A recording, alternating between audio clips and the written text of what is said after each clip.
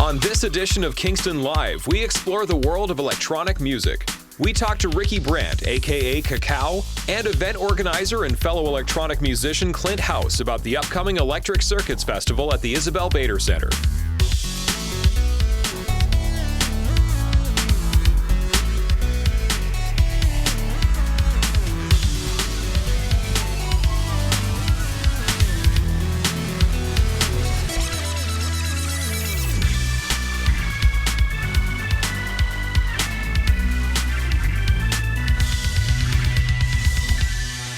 Hello, I'm Johnny Sand. I'm Riley Jabour. I'm Pete. This is the Kingston Live podcast, where we discuss everything happening in the first capital of Canadian music. It is on a lot of platforms right now, the ones we've always been on, Google, Apple, Spotify, Stitcher. We're also on TuneIn, we're on SoundCloud, and just recently we're on iHeartRadio as well. Oh, there you go. You didn't know that one, did you? I was saving that. That's a new one. I will withhold my comments on iHeartRadio. Okay, that's fine. I haven't used it myself. I can't really comment. But if you listen to iHeartRadio, you can find us on there as well. Yeah. And of course, on Spotify, we have our playlist. Please check it out. Lots and lots of Kingston music, and we're going to be adding to it. And if you have a band, if you are a band, if you're a performer, please give us a shout. Podcast at kingstonlive.ca. We would love to add you to the Kingston Live playlist. We have a lot of things to talk about. We just watched, it was actually the day of this recording, we talked last month about Neon Vacancy, the new Kiss the Fish single, and the video was released about 20 minutes before we started recording. Yeah. So we watched it, and now we can talk about it. I was afraid we wouldn't be able to talk about it in time. Yeah, I got in the door and you guys were like, have you watched the new video yet? And I was like, no, obviously, because it hadn't come out yet. Because I got in the car when it was released. Yeah, it came out sometime between the drive from my place downtown to your house. I couldn't see it on my windshield. Yeah. Well, I was afraid that it would be one of those things where, because of that delay between recording and release, it'd be like, I guess it's out, so watch it, even though we haven't seen it. But no, Jenna sent it to me just before we started recording. So thank you, Jenna. Jenna's their manager. And I know she listens to the podcast as well. So Jenna, thank you. Yeah, we liked the video. It was good. Yeah, I liked, it's one of those like small things where you can see like little bits of Kingston and you can recognize like the park and like the car like wash Ontario in the Park is in it. Yeah. On rewatching the video when we were showing it to Riley, there was a couple of parts that a couple of shots I just didn't remember because we kept talking about where on Princess the hotel was. We had to break down the direction that you might see it in reference to an A&W that's in the area. So yeah, it was a little farther from the A&W. We were able to pick out the Rona. yeah, you had to pause the video to put out Rona. It takes place in the motel next to that car wash and across from Rona. Mm-hmm. But yeah, if you're from Kingston, it's fun because you have to pick out all these places. And yeah, Lake Ontario Park is in it. I liked what you said that we need more bands shot in pools. Yeah, pools, empty pools in the winter. That's like prime for video shoots. Like the connection to skateboarding is already there. Just put your band in there too. There's also just something weirdly aesthetic about I'm not a pool guy, I don't know what to call it, the green sludge that remains in the bottom. It just adds this cool the ooze. Yeah, the Ivan ooze, Secret of the Ooze. Yeah. Power Rangers tie-in. When I was in high school, a couple of buddies of mine swam in the green ooze in the spring. And they survived miraculously. What are they doing now? No, this is a lead into our previous discussion about Chernobyl and radioactive materials. Yeah, so getting back to the video. Yeah, good video. I like the video. I thought it made this, I liked the song. I think I liked the song better after seeing the video, which I think is what you want in a video. Yeah. Yeah, I love the good, when a video and a song marriage each other really well and it brings out the best of each medium. Yes. Yeah. Mm-hmm. Yeah. No, I thought it worked well. Although in retrospect, we maybe have to watch it again, but I don't remember seeing a Neon Vacancy sign in the Neon Vacancy video, but maybe I wasn't paying attention. It's represented in the intro. Yeah. In the titles. Yeah. Yeah. But I don't believe I don't recall seeing an actual sign. Mm-hmm. Come to think of it, I feel like that motel, their vacancy sign isn't neon, isn't it? I feel like it's just the like slidey It's probably plastic those letters. cheapo slidey ones. Yeah. Another music video recently released was KaKaow, Giving It Up. Did you see that one yet? It's just released, I think, like a couple of weeks ago or something. Yes, I did. Yeah, that was fun. I liked Jonas from The Wilderness makes a little cameo in there. He's the bartender, which is not a big stretch for him. It was fun. I really liked it. And the song's great, too.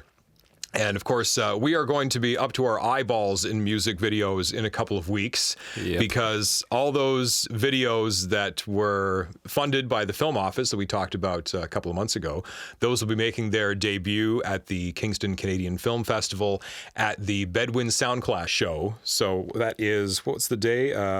March 12th. It's the Thursday.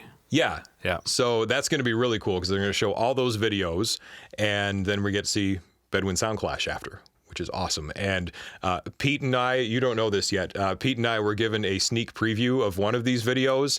I'm not going to say who it was, but it made me smile. It was really good. What did you think? Without giving too much away. Yeah, without saying very much, it is very well done. Yeah, it was really cool. Yeah, there's some attention to detail in there. It's a good time. It was a lot of fun. Into it. Yeah, so if the rest of the videos are anything like that in terms of quality and fun, we're all in for a big treat. So, yeah, lots of videos coming our way.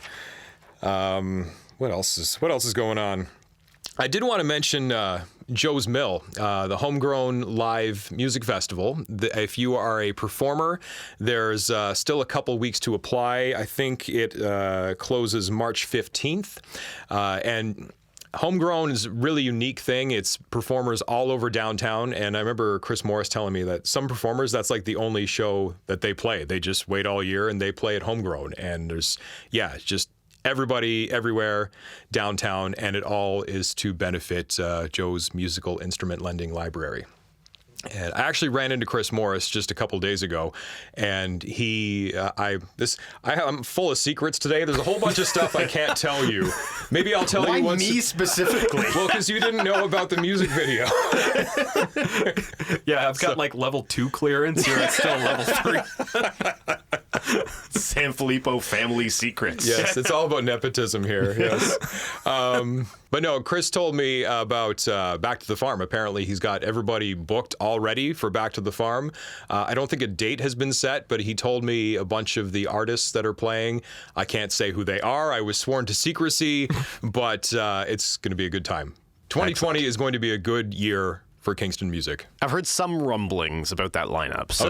Okay. Maybe we will exchange rumblings after we record. Excellent. Yes. A couple other things. De Trois was interviewed on the CBC recently. Yeah. Which is really cool, promoting their new album, Reject. If you want to hear that, it's on our Facebook page right now. It's a hive of activity in here. We have Jackson. I don't know if he's taking pictures or if he's recording right now. He's going to be shooting some video content for us. Reed Cunningham is our other intern. He is here. You might know, a lot of people in Kingston know his father, actually, Tim Cunningham, who does the Kingstonist podcast as well, right? Yeah. And a local musician yourself? Yes. If you were here earlier, I would put you on the mic, but we're not set up right now. So. He's the intern. You can tell, go turn on his mic and run in. But you don't know how it works. We have to stop recording. I don't know anything is what we've established. I don't know your secrets. I don't know how your mics work. I don't even know where my stool is. I'm standing up. Yeah, we didn't mention that Riley's the only one standing right now, and I feel very intimidated. Yeah, it's like a police interrogation right now. Him. It is kind of intimidating, isn't it? Yeah, I'm terrified. I'm like trying to hide myself in the corner a little bit too, so I don't like just stand in the middle of the room and just command you. I feel bad keeping all these secrets from him now.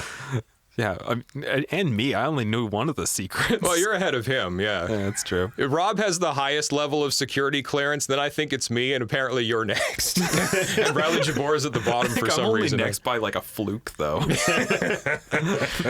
Speaking of Rob, did you guys go, you did a lecture recently at Loyalist College? Yes, that was just this week. I was talking to the radio students about podcasting, which was a lot of fun, so hopefully they learned something. Excellent. That was cool. I wanted to bring Rob, actually, because Rob is kind of the guy behind the scenes with this podcast, and he's the one.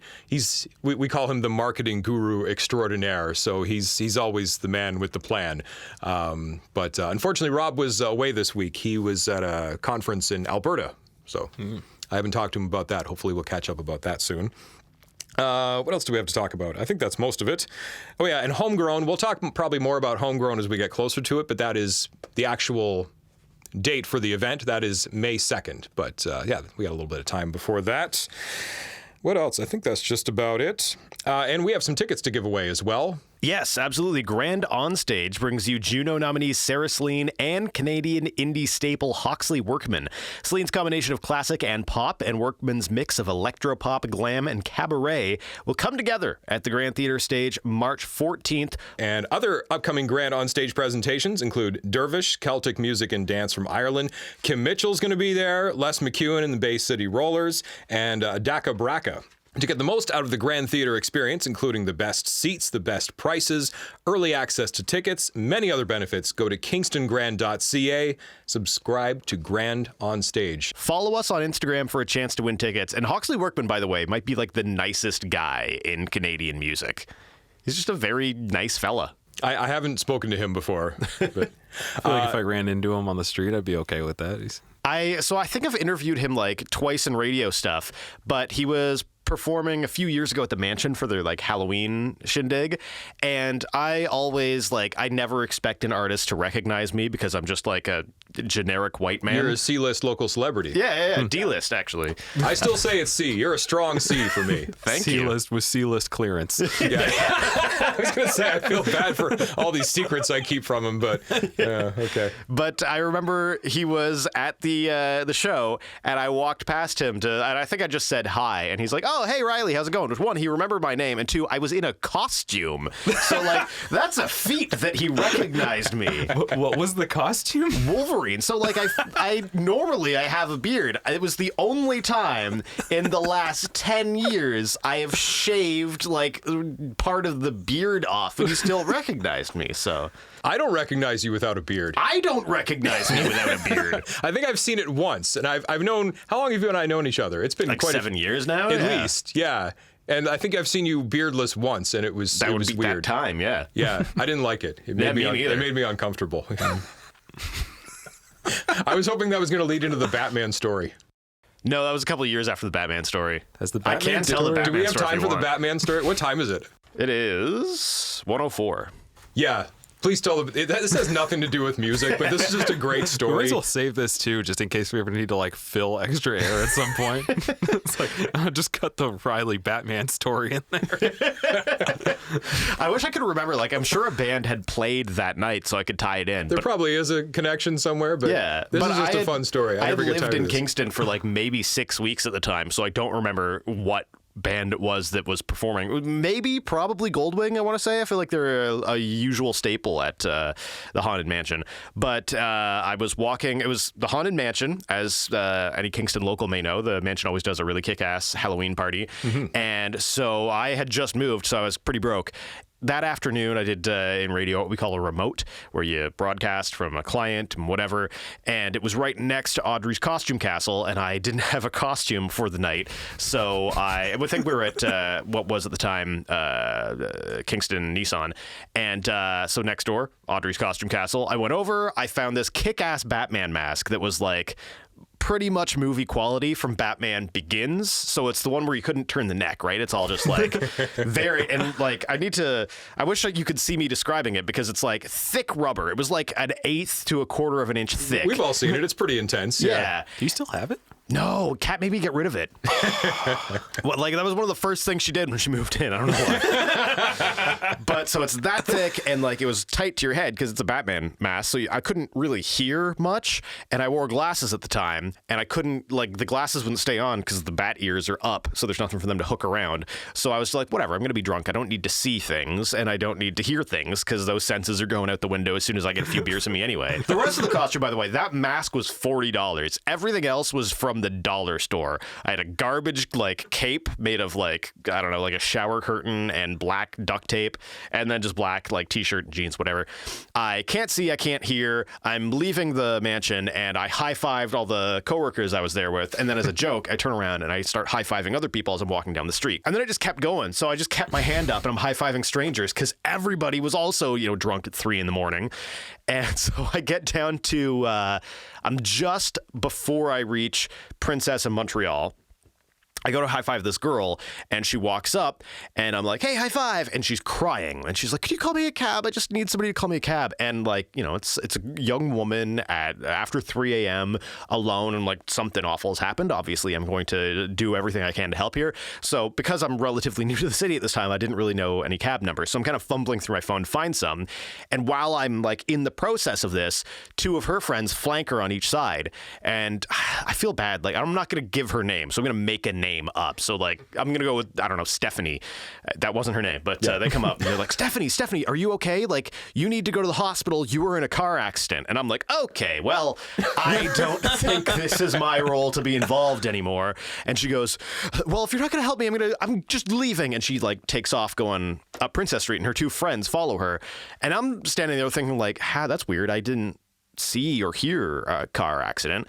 So I take 2 more steps and I see a car accident, and there was a Ford Escape that was front end into the back of a Pontiac Grand Am, and the door to the Escape is wide open. There's nobody in it, and there's a semicircle of people around looking at this accident. And I'm like, wow, this is a situation. Cop car rolls up to look at the situation, and I realize that one, I have information possibly regarding this accident. 2, I have a description of the person who may have caused the accident. And 3, I'm dressed as Batman. So I didn't have any, this opportunity is never going to happen to me again. So the cop gets out of his car and takes a couple steps towards it. And I turn to him and walk up and go, officer, the girl driving this car was named Stephanie. She was about this tall. She had a black bob. She was wearing a leather jacket, and she went that way. And it's Halloween night, right? It's not actually Halloween, but it's the Saturday closest to it. This cop has clearly just been dealing with idiots like me all night. So Batman gives him this information. He just goes, thank you, Batman.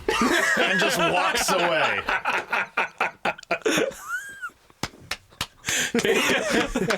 Thank you, Batman. I never get tired of that story.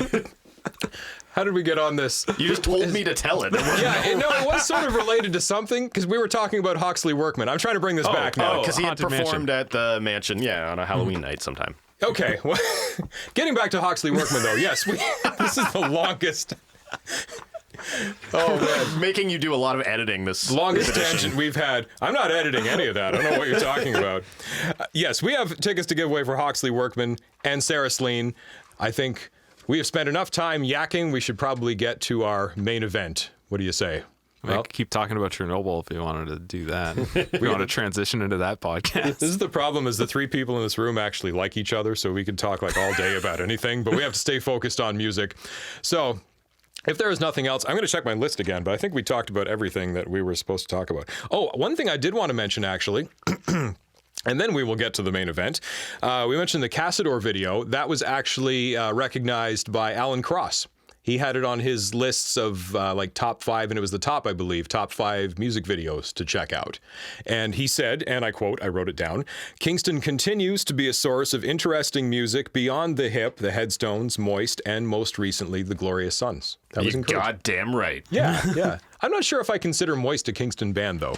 I don't know if you're aware of this, but I think it was 3 of them went to Queens, but then they went out to Vancouver, I believe. So. Yeah, I still consider them a Kingston band. This is wholly unrelated, but what else is new? The drummer from Saga, according to my dad, the drummer from Saga just moved to my hometown of Cannington and opened a hair salon. Neat. Very cool. Yeah, just weird, random. Well done, Cannington. I was reading that there's a book about the Rush's touring history, and I emailed Riley Jabour as soon as I saw this. When in their early days, they played Riley Jabour's high school in like 1974 or 1973 or something like that. Yeah, that's right. Yeah. Other Cannington music connections. Ben Kowalowitz of Billy Talent either lives there or knows somebody who lives there and is there often. And Don Ross lived in Cannington and owned a cafe there for a period of time. So Yeah, he's a very talented guy. he is one of the best guitar players in the world. Okay, I think we should get on with the show. Pete, if you'd like to bring in our guests, and Riley Jabour, if you'd like to. Pete's sliding out of the couch to not move the microphone. Yes, Riley Jabour, if you'd be so good as to introduce our guests, please and thank you. Here we go. With countless events and festivals to look forward to year-round in Kingston, Electric Circuits has become a unique staple in the music community, as it is the first event of its kind in our city since its inaugural run in 2016. Electric Circuits brings together cutting-edge electronic music, contemporary visual art, and dance. The 2020 Electric Circuits Festival is April 3rd and 4th at the Isabel Bader Center. Among the featured artists at this year's festival is Ricky Brant.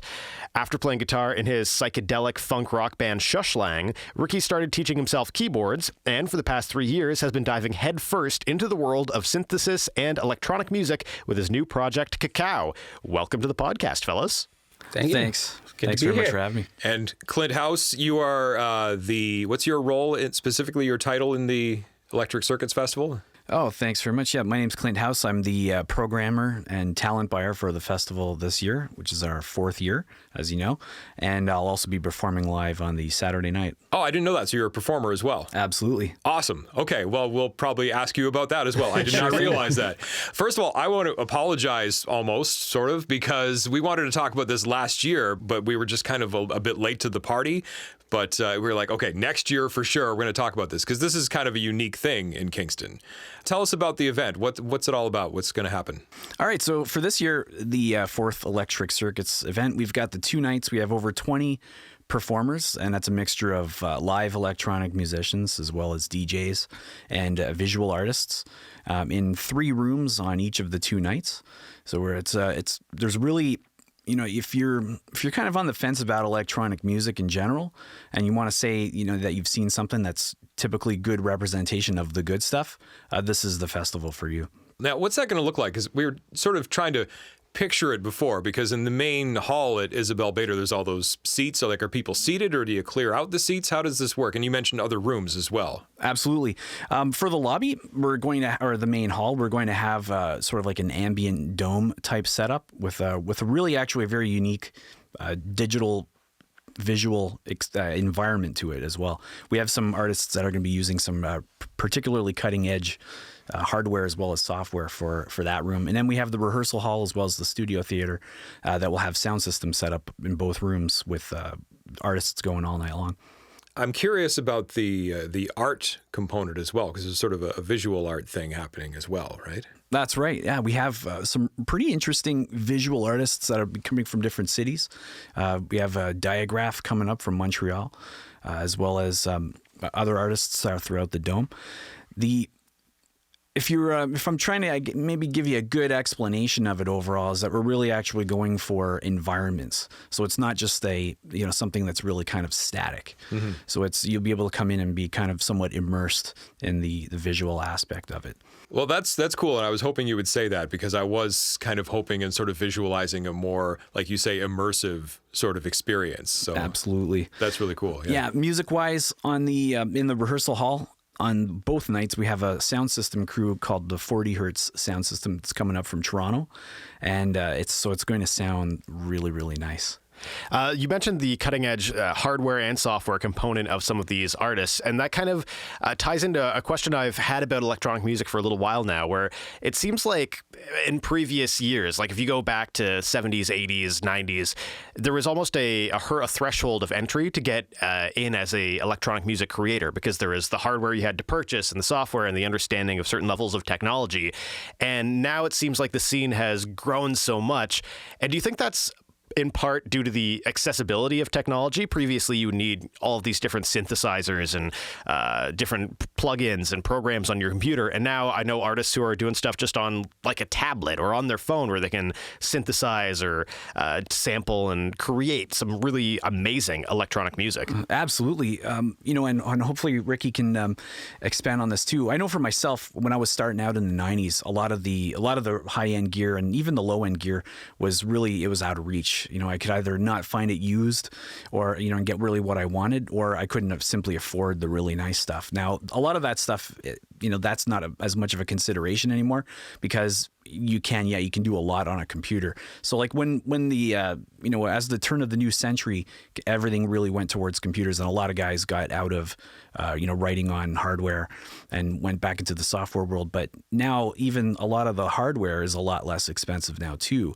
So guys like myself, I do strictly all hardware, live house and techno, and like I can stage stuff on a computer, but then it actually becomes something completely different when I get it into my little standalone samplers, and it's a lot more tactile and a lot more fun now.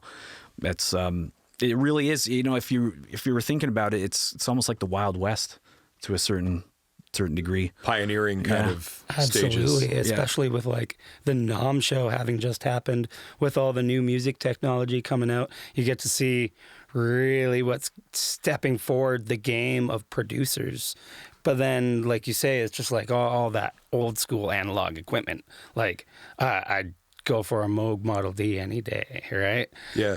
And to create that funk. But then as well, like you're saying, is like you can go digital or hardware. And as you've been going hardware, and as you've said, I actually do produce basically everything off of my tablet.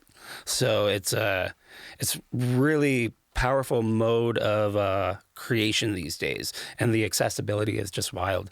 Well, I've just sort of taken a personal kind of casual interest in synths in the last maybe couple of years, and Ricky, you and I have talked about this a bit as well. Definitely. And I've been surprised how much it's actually progressed in recent years, because you think of synths and you think of the 80s and you think of these giant rigs, but when you look around and you sort of pay attention, there's a lot of neat things happening. Like I can't remember, Ricky, if I told you about this, but there's a cool synth that was made by this group where they have these like 8 to 10 little motors, and it works on electromagnetism, and depending on the combination and the speed of the motors, you can get different sounds out of it. That's pretty interesting. And that's brilliant. It's like the motors act basically as the oscillators for the sounds. Yeah, we were talking about that. Yeah, that like this really is about cool. as sciencey as I get. I'm probably not explaining it well, but it's just stuff like that blows my mind. And it's so cool to see people, like there's still room for innovation.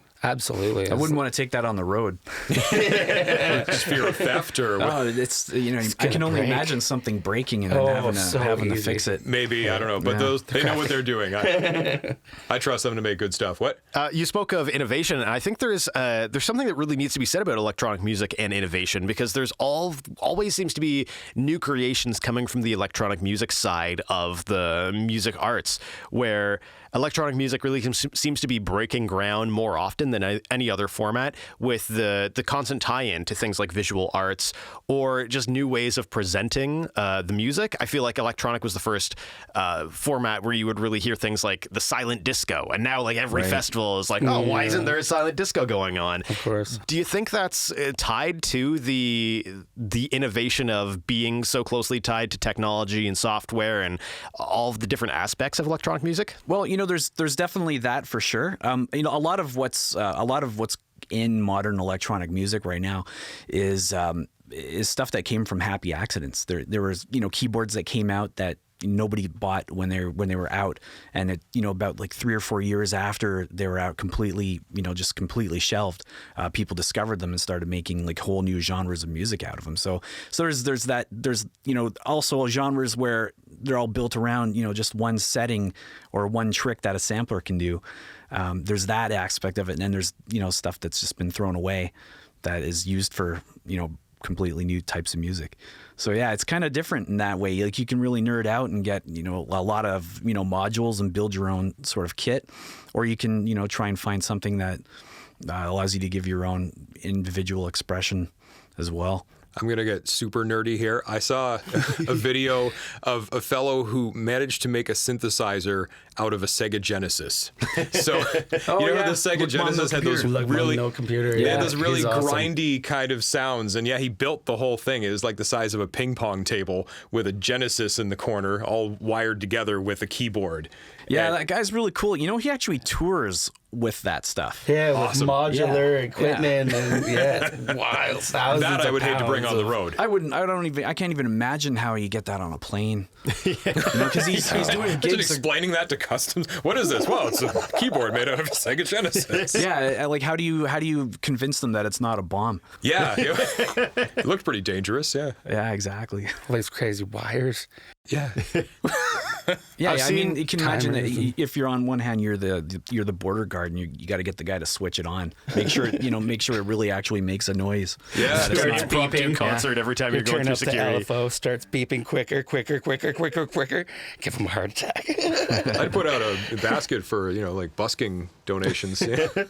I've seen in the same vein artists, I think it was Robert DeLong, I saw at Way Home a couple of years ago, where one of the instruments he uses to perform is a Nintendo 64 controller that controls some of like the synths that he's set up.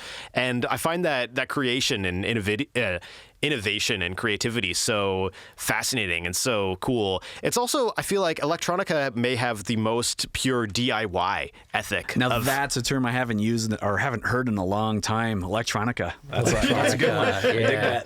Actually, if I could just sort of interject, because Riley Jabour and I are not I think I would call us sort of casual fans of this type of music, but we're definitely kind of outsiders. I wanted to ask about genre, because I think we talk about electronic music as kind of an umbrella term, but you guys are Absolutely. both artists, you're both performers. How do you classify your own music and like what's out boy. there? You want to go, Clint? You go ahead. Like you said in the intro, I used to be like a psychedelic rock guitarist and have a full background of 17 years as formally guitar playing. And so, I don't know, what I kind of found myself, if I want to put myself in a box of words and adjectives, it'd be like electro funk. Somewhere around there, like electro funk with like some bass. That makes sense to me. Yeah, I know what your music sounds like, and from the SoundCloud, it's just like it feels like you're going into space while playing Nintendo 64. It's just like something like that. Right? That's lovely. That's pretty fun. But yeah, definitely always a heavy staple of funk and psychedelic to it, because getting turned on at like these festivals and everything is what it's all about, right? Freeing your mind and just dance, allowing yourself to groove. Well, I did want to ask about that, because about subgenres, because there's a lot of them. yeah, well, Crazy. Tons of them. I'm always been kind of a metal guy, and metal has just so many subgenres. Like, it's dizzying how many, for sure. and they keep being invented. Yeah. So, Clint, how do you classify your own music? I'm definitely in the high-tech funk range of artistry. I'm really influenced a lot by the Motor City, as well as Chicago, in terms of establishing a blueprint for that. So I really kind of like to do. I do like 130 BPM, real a lot of acid in it. That's the sort of thing that I like to do. It's kind of on the more on a melodic acid kind of minimal techno kind of thing. Yeah. Something I forgot to mention is our theme music, you may have noticed, was a little different this time. I asked Ricky if he would put together his own version of the Kingston Live theme, and that's what you heard when we started the podcast today. So, Ricky, thank you for doing that. No problem. That it was made fun. me smile. I was very happy when I heard that. That was fun. It was definitely really fun. Programming the specific synths for it was fun when it comes in with those hard chords, and It was cool. Yeah, I liked all Thank you. the bends and everything. Yeah. Yeah. A lot of fun stuff there. Sweet. To dive back into subgenres, I feel like there's been a lot of crossover and bleed over of other genres taking influence and adding elements of electronic music over the last 5-10 years. Sure thing. As somebody who's been in the scene in that corner of the music world, what's your view on that? How do you think that influence has started to bleed over to every aspect of music at this point? It's cool. On my drive over here, I was checking out the new Tame Impala album, and there's a there's like one little part of track that's got a 303 on it. So I was thinking, this is kind of interesting for this guy, you know, like he's definitely trying out some new sounds. That's definitely been a part of it all the way. I mean, if you think of a lot of club music from like the early 90s, they were sampling, you know, a lot of funk and like rock tracks and stuff too. So there's always been a bit of a mishmash of elements from different styles of music in contemporary house and techno, for sure.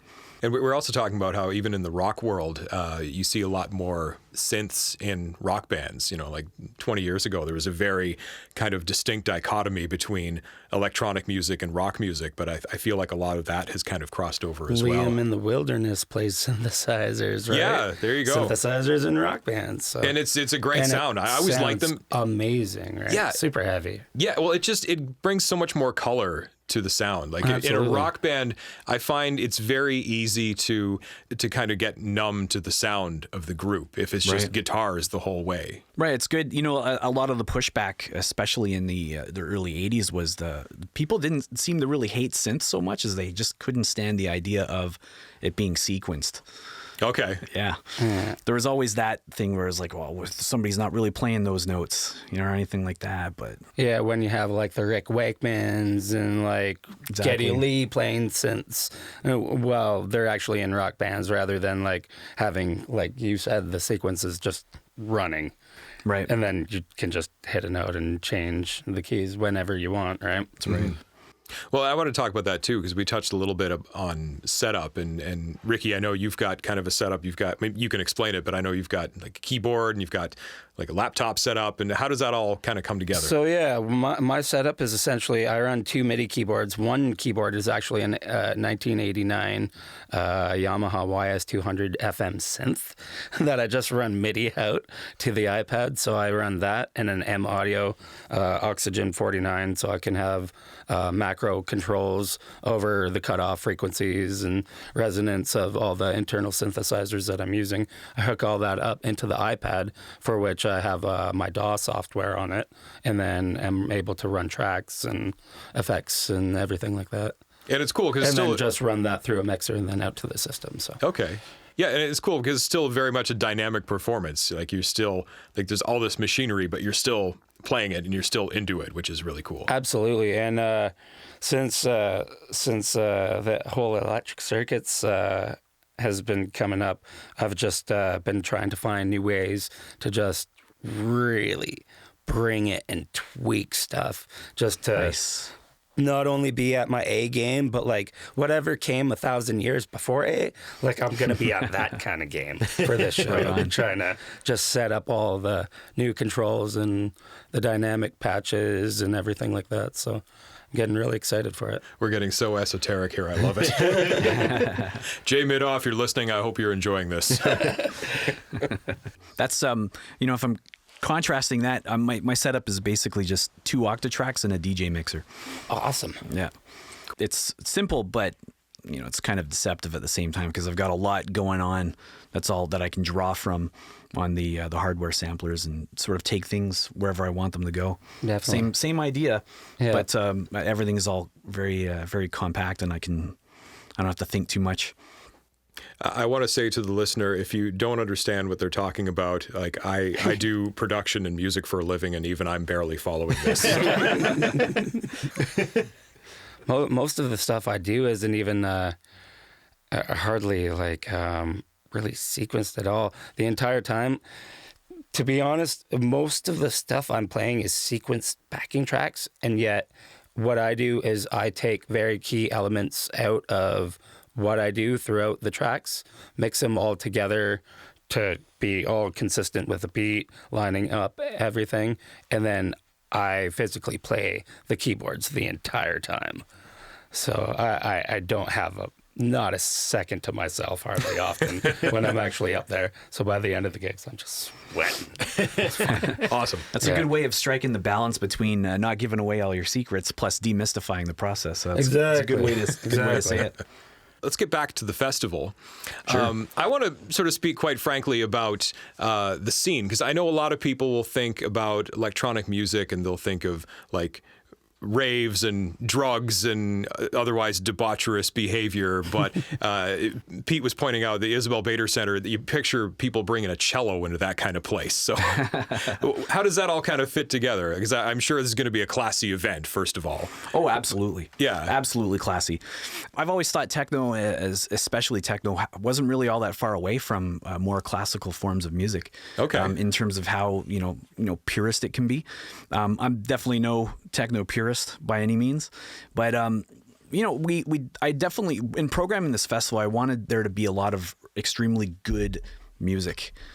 I didn't want people to think that, they're going to come and see some, DJ press play, wave their hands in the air, and it be, like wait for the next snare roll. You know what I mean? I do hope, those of your listeners that might be on the fence here about checking out a festival like this with, perhaps some misconceptions such as those. Mm-hmm. If you want to get a chance to say that, you got a chance to see the good stuff, and here in my own, your own town at Kingston, you'll get that chance on April 3rd and 4th for sure. That's what I was hoping you would say. Yeah, because like I said, we missed it last year, but I really want to check this out. Like, I'm again sort of more of a casual observer, but it sounds like if you're sort of a casual observer like myself, this might be kind of a good entry point. Absolutely. On the Friday night, we have Ciel, who used to actually she got her start DJing in Kingston through CFRC. Okay. And she for like 3+ years did a radio show and as well as DJ'd around town. And she's actually has since gone on to she's touring Europe, even right now, just finishing up a tour in Europe, and is international year after year. The last few years, she's really blown up worldwide, and is quite the darling of the underground scene. So we have her as a bit of a homecoming of sorts for that Friday night. So it should be pretty special. And I wanted people to have a chance to see in Kingston that one of their own has gone out there and done really good things. I wanted to ask about that too. How much of the performance is going to be local? How much of it is coming from out of town? How much of it is locally connected? I would say actually in the one room, the majority is local, and that's going to be in the main lobby space where we have a really a dome and ambient sort of setup that's going to be in there. That's a lot of local artists, KaKaow among them. Yeah. And in the two other rooms, that's where we're actually hosting a lot more of our out of town guests. On the Saturday night, and actually just sort of as a footnote to our previous talks about genre, on the Saturday night we have Akufen coming down from Montreal, who is actually has a bit of one of these electronic subgenres is one of his own. It's a bit of his legacy. Is the subgenre is called micro house. Okay, and it's really heavily and intricately sampled, but you get he has a lot of really cool melodies and things that you'll get from a variety of sources, notably like radio samples and things of the nature. So he's got a pretty long career now, a couple decades in doing that, and especially through the Mutech Festival in Montreal. So we've got him coming down, and after his set on Saturday, we have our first sort of international guest this year. Cult Midwestern techno hero from Columbus, Ohio, named Tatantan Duvante is going to do a live set as well to round out the Saturday night, and that's definitely something that's not going to be missed. Awesome. When you said what was it, micro house? You said right. One of the things I really like about this genre, if you even want to call it a genre, is it's almost synonymous with innovation. And absolutely, and there's always new things happening. Whereas other genres of music, innovation is almost discouraged because there's sort of a traditional kind of sort of, you almost have to respect the history of it at times.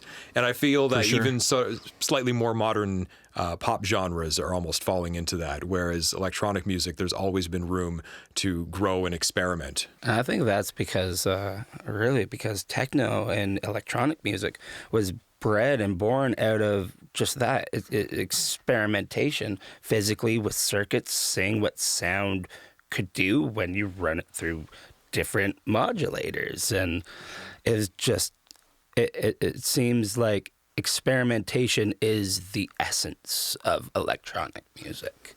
Yeah, and it's also too, like, a lot of the people that I know in that electronic music scene are also heavily into punk and also huge metal fans too. So it's It's like, if you look back to like the 70s and 80s where punk got a lot of people into reggae, it's all very much interwoven. Well, yeah, and that was another thing that sort of came up is that, Ricky, you went from playing like guitar and playing this other stuff. How did you get into what you're doing now from there? I guess necessity at that point was the mother of invention. The band had split up, and I needed something to satiate my drive for just creation and teaching myself something new. So my girlfriend at the time, she's a music teacher and everything. So she bought me a chord chart. She had a piano at our house. Just sat down and started teaching myself. And then, Bob's my uncle, I guess. I think that comes back to the DIY ethos of so much electronic music, where in like the rock and funk and any other kind of guitar-based genre, there's a lot of other artists you have to collaborate with to have that full sound. Whereas on electronic music, you can just have your entire creative process and everything going on in your head translated down to exactly what's coming out of the speakers and into people's ears, because it's so personal in a way. Absolutely. And I found that's the one funny thing from going from being in the band setting to being my own unit as a creational promotional force, just the driving force behind me, is that I get to be very much selective with who I choose to work with. And even through that, and like going back on the subgenre kind of crossing and everything, I'm been working with a lot of rappers lately and getting a lot more vocals on it, on a lot more of my stuff to just give it a lot more dynamic range, kind of be more accessible, and just have some messages that way. And then through that, I'm also getting in a band with Nothing But Mental back together and adding quite a bit of electronic influence there.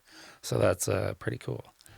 Is there a scene in Kingston? Like, we always associate Kingston, with white guys playing rock music, and we've always made an effort in this podcast to kind of look at what else is happening out there. What tell us what is happening in Kingston, if anything. Electric Circuits on April 3rd and 4th. I don't think I've seen really much of a scene, so to speak, but I definitely have noticed a hunger for this event. Last year, the second night, we had to, regretfully turn people away because there was a lot of people that wanted to get in and check us out. So there's definitely a desire for it, and I think there's people out there that are not necessarily looking for sort of like the typical, boozed up kind of atmosphere either. Mm-hmm. Yeah, it's definitely an undulating thought back in the id of people's minds, where it's just like, hey, I want to experience this, but where's the outlet for it, and where's necessarily the promotion for it? There's sparks, there are events, certainly that definitely happen, but it doesn't seem like there's as much of a community as there's a folk community in town, as there's the rock community and stuff like that, But at the same time, Ricky, I know you've been playing in town. Absolutely, and that's one big thing that I'm definitely trying to do, is trying to promote more people who have these kind of projects, getting more out of town bands with certain sounds, more electronic influence sounds, to come down and put on shows. So it's again always establishing a community of inclusivity, because then once they see, like you're saying, once you see what these shows are about and everything, it's an experience. It's not just you see a band to see Steve Vai to rip solos all night. It's like you're immersed into a full audio visual experience where you can go to completely other realms, completely sober. Yeah. Right.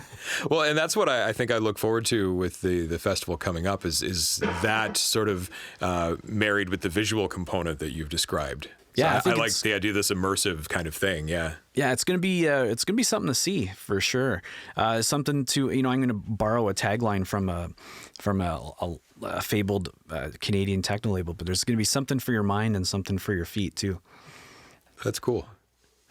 Maybe we should end it at that. Is there anything else we wanted to talk about? That covers it for me. Yeah. Is there anything else you guys want to talk about before we wrap this up? Well, as a footnote to what Ricky was just mentioning about in terms of inclusivity, that's a huge mandate for our festival. Is that we're bringing a lot of inclusiveness together for it. This is arguably the most diverse electronic music festival lineup that you'll see in Canada, let alone North America. We're definitely among the ones that tend to showcase artists that are not just left of center, but are also have appeal to a wide variety of crowds. And certainly, jaded longtime techno fans will have something for them here as well. Previous years we've had people with a lot of open minds attend the events that have walked away saying that they had a great time. Open minds, open hearts. You'll never know what you can find on the other side. Well, guys, we look forward to it. That sounds great. Cheers. And Ricky, we're going to play, I guess we're going to play another one of your tracks since we already did the intro music. Right on. But yeah, I love it. This is High Beams by Ricky Brant, KaKaow, on Kingston Live. Guys, thanks so much for coming in. Thanks for having me. Thanks for having us.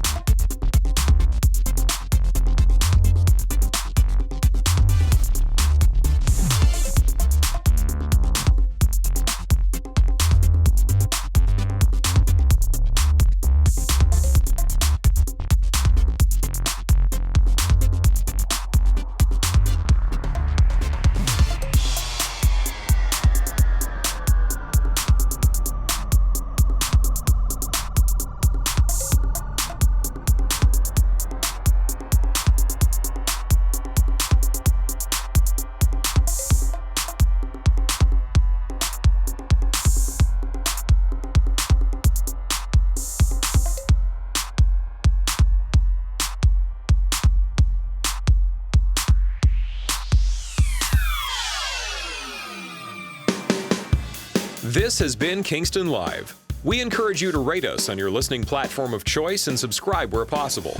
Kingston Live was recorded in Kingston at Titan Sound. Hosted by Riley Jabour and John and Peter Sanfilippo.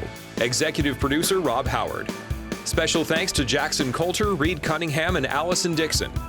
Opinions expressed by Kingston Live guests are their own and don't necessarily reflect the opinions of Kingston Live hosts and staff. We'd love to hear from you. Email us at podcast@kingstonlive.ca.